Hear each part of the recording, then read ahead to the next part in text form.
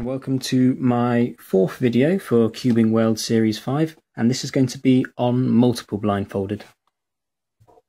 I have basically come to the conclusion, I think, that there are three sort of good speeds for multi-blind, and most people fall into one of these categories for multi-blind. The safe speed is the first speed. I think that's the speed that most beginners go for, first of all. So if I'm trying to solve 3 cubes, I'll have 30 minutes time limit, and if I haven't practiced it very much, then I won't necessarily have a good method yet, but I'll spend longer on memorization, and so I'll go further towards the 30-minute stage, but I'll most of the time be sort of extra safe and I'll get it right. The second speed is the medium speed, so maybe I've had a bit more practice. I spend a little less time on each cube for memorization, and generally my execution is going to be more smooth than it would be for the first speed. And I think the third speed is what I've sort of put there in the inverted commas, is the risky speed, and I think that's the speed you kind of need to aim for if you want to get really fast at it. You can, for speeds 1 and 2, I reckon that's sufficient to get to around maybe 10-15 cubes. To get that within the hour, that should be absolutely fine. And the risky speed, maybe you need to use that to push further on. The purpose of this video, I'm going to sort of focus on my past experience rather than going over all the basics again, and where I've gone wrong, where I failed, and where I think basically most people are more likely to make mistakes in general. So if I'm overgeneralizing, sorry, but this is what I've basically gleaned from quite a long time of doing blindfolded stuff. The main issue, I think, is sort of confusing letter pairs. Let's say I've got this image, BG, DK. Use your imagination. It's very likely because of this DK, if you're thinking of the word dick or something rude, it's quite common for to maybe swap some of those letters around. You might swap the D for a C, for example, like cock. So when it comes to your memorization, when it comes to your execution stage, you think, oh, a big what? And because you've got lots of different words in your vocabulary already for a dick or a knob or whatever, you're more likely to swap maybe subtle letters around like that. And obviously, if you do, when it comes to comes to execution, you're more likely to go wrong. You might execute DQ or CK instead, and that's going to lose you a cube and lose you some points. I've also found that people have a tendency to swap things around. So let's take that at the top. DE, GF, could be a dead girlfriend or dead giraffe. You might come into a room and find, even though you've reviewed it several times as DEGF, it's very easy in the moment to swap it round, and it's accidentally go into a room and find your girlfriend. Oh no, she's dead. And then you'll execute GF first and DE first. Subtle details tend to get left out. So you come into a room and you might forget that your girlfriend's dead. For example, you'll see your girlfriend and you're more likely to make an image with your girlfriend in. You might easily forget that she's dead, and if you skip a letter pair, obviously that's going to result in a DNF as well. Or you might see a dead something else or a dead girl. You might execute GL, etc. Like I said before. There's all sorts of subtleties you can do when you're using letter pairs, and it takes a while to get used to. What I've basically found is if I sort of switch to my second speed, like I said earlier, the medium speed, and spend a little bit more time thinking about what mistakes I might make during the memorization phase, I might actually be able to avoid those mistakes altogether. So if I come to the stage where I've got G, F, my girlfriend is bad. If I go into a room and find my girlfriend's being bad, I would think to myself, oh, my bad girlfriend, maybe? Could I? And then I'll spend a little bit more time on that cube. In fact, I might put it to one side, sort of, so it's visible, and then come back to it later if I know I'm going to make a mistake. That's something I've been working on recently, and that's basically improved my accuracy quite a lot. So I guess the main lesson to take from that is to really concentrate on your letter pairs. Be aware that you might swap letters, you might swap letter pairs around, you might forget some.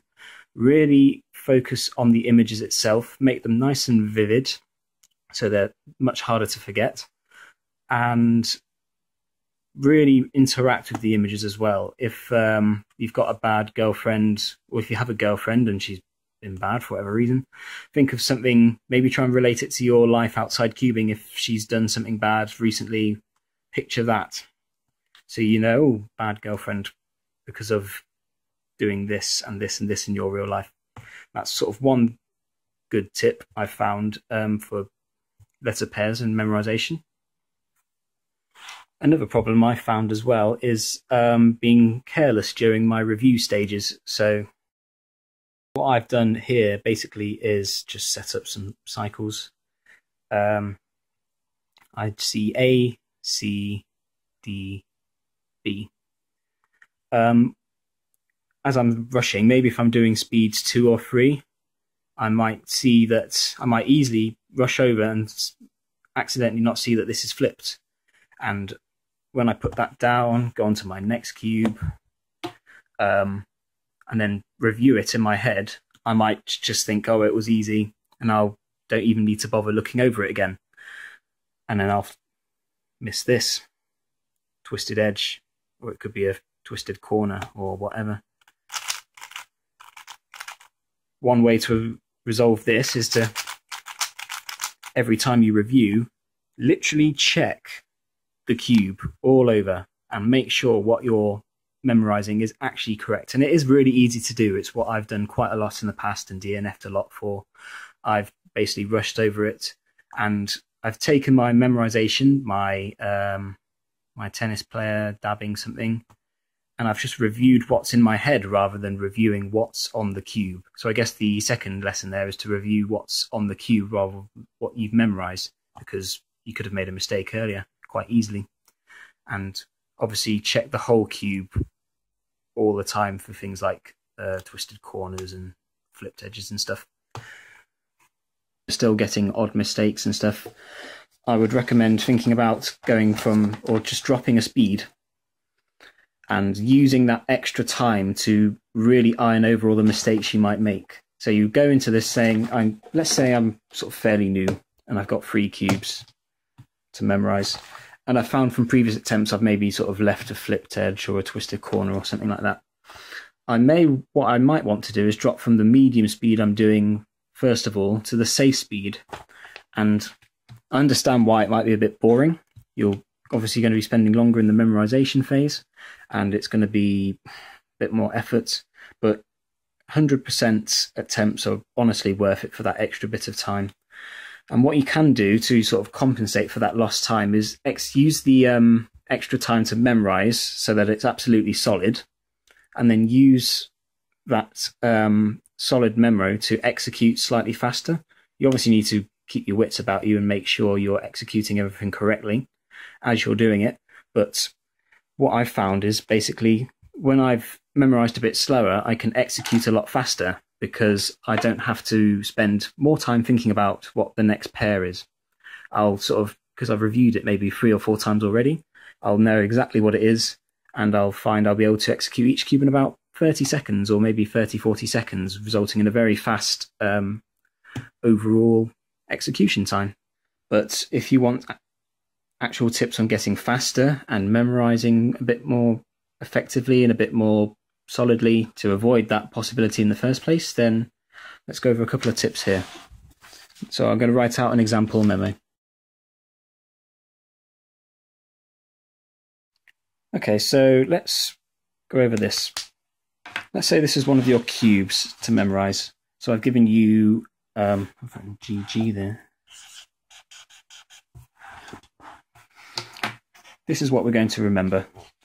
For me, it will be AB or ABBA, GQ, as in the magazine, so I'll switch GQ for a magazine. It will be ABBA reading a magazine. LH, if you can read my handwriting, which is a lighthouse. ST, could be something sticky, or it could be, let's say, a saint. OV, oven. Actually, that works. STOV, like stove. So I'd probably go for that. So ABBA reading magazines, maybe sat on top of a lighthouse, and I'd imagine a stove or a saint putting something in the oven at the bottom of the lighthouse. Could imagine like the door being the actual oven, and so I'm bringing in the lighthouse here. So I imagine these are my edges.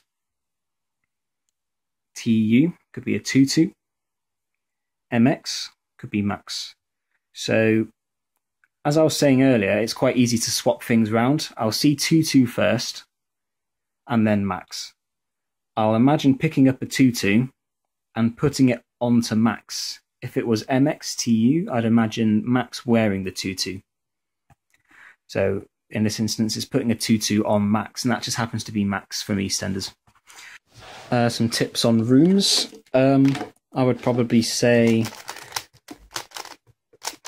depending on how many cubes you're actually going to attempt, I would recommend using the same rooms in the same order every time, if you can.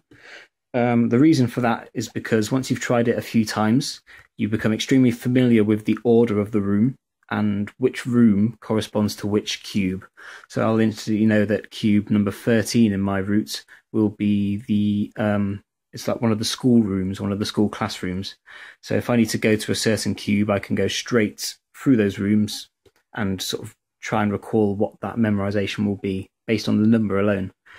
But for things like the 3 cubes, it might be preferable to do just a couple of rooms in your house, so they can keep it all in the house and keep it fairly simple. But I'd recommend using the same rooms over and over again. That's just for familiarity and sort of being able to retrace your steps as easily as possible.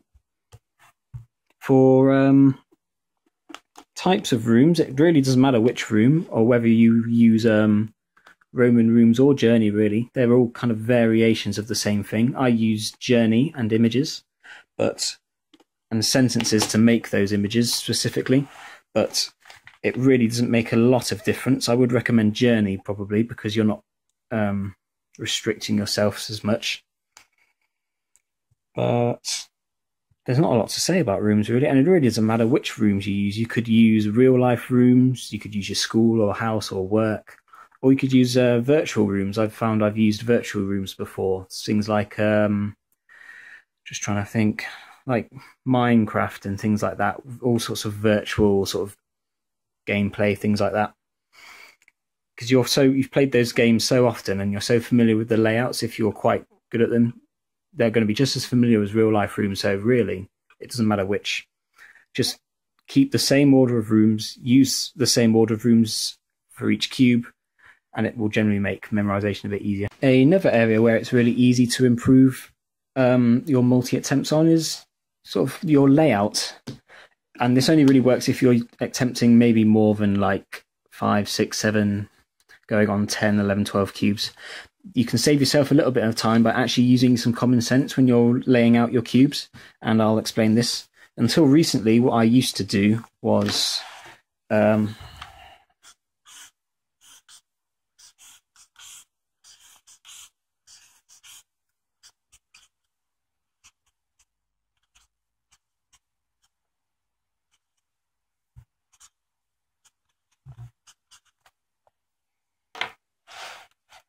lay it out like this. So imagine my cubes are 1 to 4 in a row like that.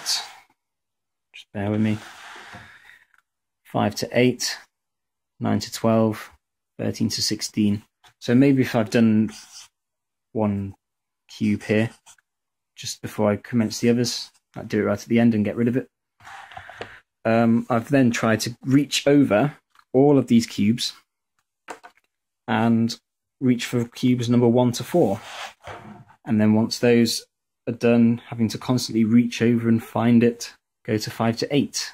Same thing again, 9 to 12, 13 to 16. And actually laying it out like that is really, really sort of time. It can waste time. Sometimes you can accidentally nudge while you're reaching for 1 to 4. Things like nudge 5 to 8 and accidentally nudge one of these cubes out the way here. and it's generally like really inconvenient. So what I tend to do now instead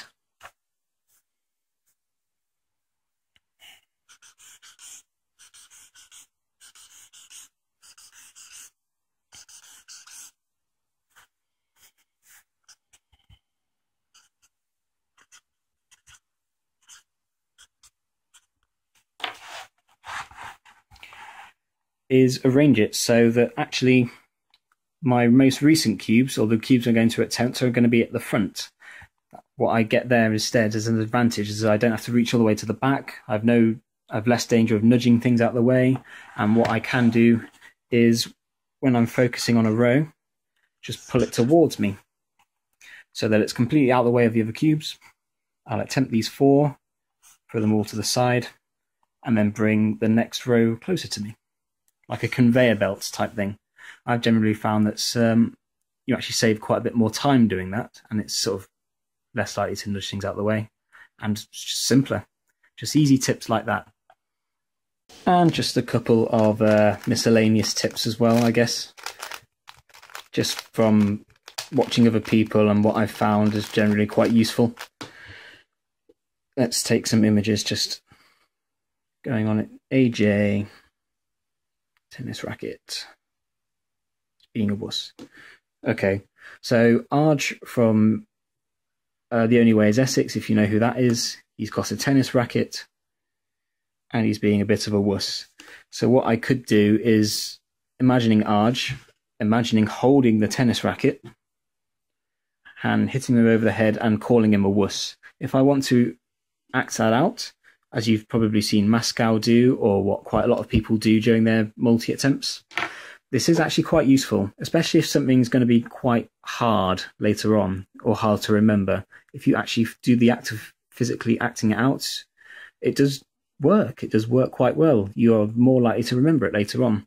And contrary to what Corey says in his video, apologies in advance, I think in light of Callum Hale's Jep's recent attempts in blinds, that actually audio, for using a bulk of audio during your memorization, actually has some potential.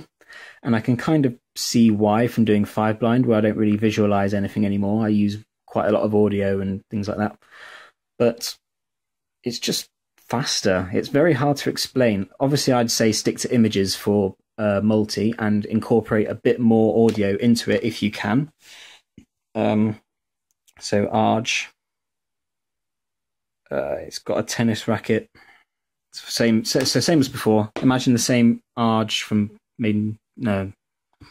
Anyways, Essex with the tennis racket. The third pair was WS, so I could imagine like a whooshing sound, and that's quite easy to remember. So just nice and easy to memorize and think up. Just whoosh, and it does kind of work. It's hard to explain. He's capable of doing 15 cubes now in under an hour with basically full audio. It's hard to recommend it, but I guess it's something to experiment with as well. Definitely give it a go, because I wouldn't rule it out straight away. He's getting some good results with it. I'd say give it a go. And I think the final lesson to be learnt from multi is a big fat be realistic. And that goes without saying basically, but don't attempt more cubes than you think you can handle, because chances are you will make lots of mistakes and you will probably go wrong. It's fine to do it at home, I guess, or without a time limit, because you're going to be pushing your memory and what you can take in and in a certain amount of time. But if you're going into a competition hoping to attempt 10 when you've never really tried more than 5, it's generally going to end pretty disastrously. I learned that the hard way in my first ever multi-attempt doing 21. I think I got something like 10, and then up to 14, and you get the drill. Really think about it. Unless you're really going for sort of world record times, it's not a fast event. It's testing your accuracy. Accuracy is the most important thing, I'd say, in multi rather than speed. Unless you're contending for world records, obviously. But it should be just something where you take the time to really focus on your images, focus that you've got everything in your rooms, that you'll be able to recall it later with no mistakes, and it should be enjoyable. So end game is be realistic and have fun with it.